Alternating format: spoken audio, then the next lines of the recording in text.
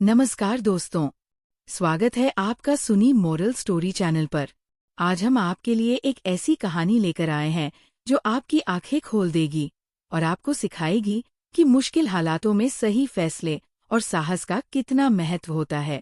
अगर आपने अभी तक हमारे चैनल सुनी मोरल स्टोरी को सब्सक्राइब नहीं किया है तो अभी कर लें और साथ में बेल आइकन को भी दबा दें ताकि ऐसी ही कहानियां आप तक सबसे पहले पहुंचें। ये कहानी है पूजा की, जो अपने जीवन में एक ऐसी परिस्थिति का सामना करती है जहां उसे अपनी सीमाओं को तय करना और खुद के लिए खड़ा होना सीखना पड़ता है।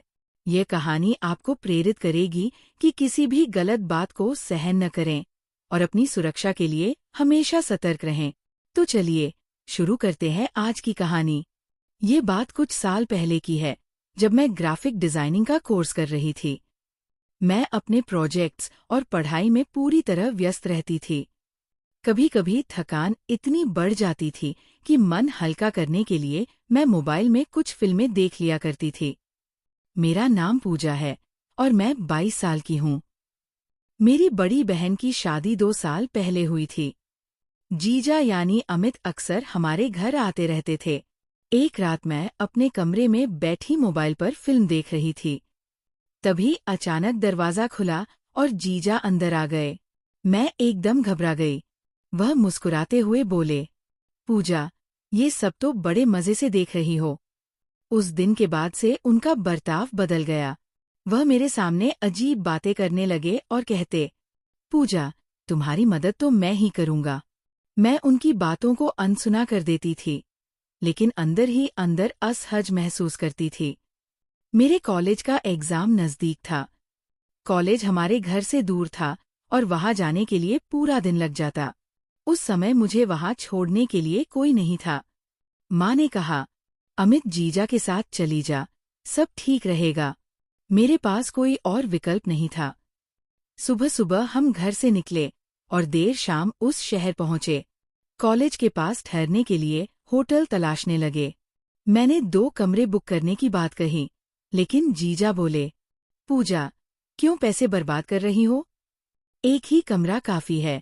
उनकी बात से असहज होते हुए भी मैंने चुपचाप सहमति दे दी। रात के खाने के बाद जीजा ने कहा, चलो थोड़ी सैर कर लेते हैं। मुझे घूमना पसंद था तो मैंने हाँ कह दिया, लेकिन वह मुझे शहर की बजाय एक सुनसान रास्ते पर ले गए। रास्ता सुनसान और डरावना था। कुछ देर बाद वह रुककर बोले, पूजा, मेरी बात मान लो, नहीं तो यहाँ अकेला छोड़ दूंगा। मैंने गुस्से से पूछा, कौन सी बात? वह हल्की मुस्कान के साथ बोले, मैं तुम्हारे साथ करीब रहना चाहता हूँ। मैंने गुस्से और डर से कहा, मैं मर जाऊंगी, लेकिन आपकी बात कभी नहीं मानूंगी।